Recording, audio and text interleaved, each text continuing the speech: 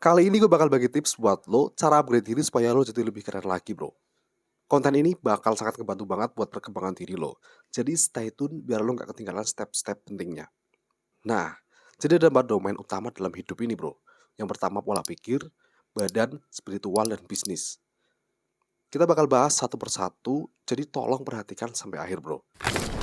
Kita langsung aja masuk poin yang pertama, yaitu pola pikir. Ini adalah langkah yang paling utama karena mindset akan berpengaruh ke semua aspek kehidupan seorang manusia. Pikiran kalian itu yang akan mempengaruhi realita kalian. Dalam domain ini, mindset, cara berpikir kreatif atau critical thinking, knowledge, dan wisdom adalah yang paling utama. Jadi gimana caranya kalian itu mempengaruhi pikiran kalian ke tingkat dimana kekuatan itu cukup kuat buat mempengaruhi realita kehidupan kalian, bro. Nah, cara yang gue lakuin adalah baca buku fiksi dan non-fiksi. Tapi fokus utamanya adalah non-fiksi. Yang kedua, belajar skill baru. Skill apapun itu, yang penting kalian minati. Gue saranin maksimalin soft skill dulu, bro. Yang ketiga, lakuin kegiatan seni. Bisa apa aja. Gue pribadi suka nulis karena berguna banget buat ngebuat otak gue jernih dan nyalurin semua ide-ide di otak gue. Kita masuk ke poin yang kedua nih, badan. Yang kedua ini juga gak kalah pentingnya, bro. Kalian bisa anggap domain ini sebagai kesehatan secara keseluruhan.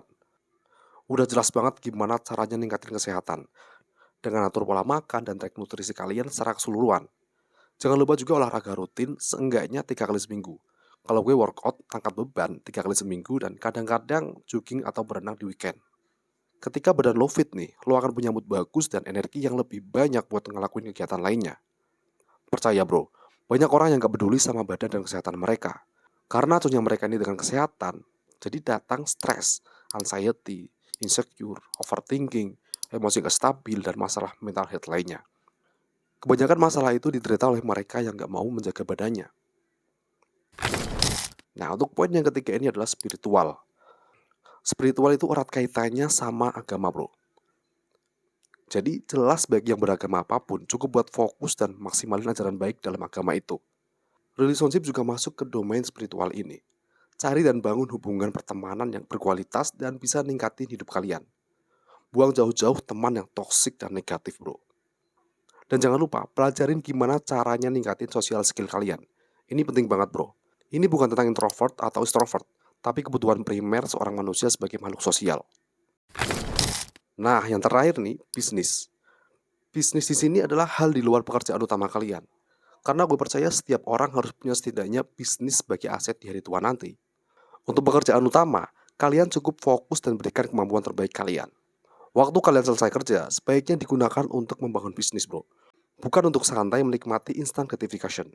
Bukan berarti kalian gak boleh buat ngelakuin kegiatan santai dan happy. Tapi kalau konteksnya pengen mengupgrade diri, ya bisnis adalah kewajiban menurut gue.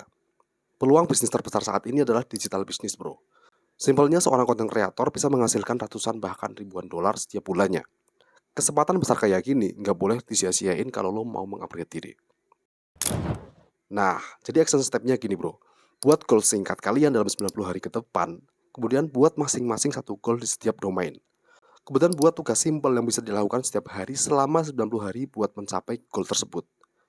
Contohnya, dalam domain tujuan pikiran lo adalah ngebaca satu buku per bulan yang berarti 3 buku dalam 90 hari.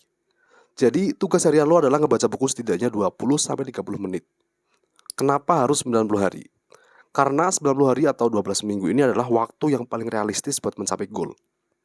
Walau begitu, lo tetap harus punya goal setahunan, bro. Contohnya 5 tahun atau bahkan 10 tahun ke depan. Tapi untuk membuat prosesnya lebih realistis dan nggak berantakan, dibuatlah menjadi 90 hari. Nah, gue saranin kalian baca buku The 12 Week Year yang ditulis oleh Brian P. Moore and Michelle Lennington. Dari buku ini kalian akan paham kenapa 90 hari itu lebih efektif. Bukunya bisa lo cek di deskripsi video ini, bro.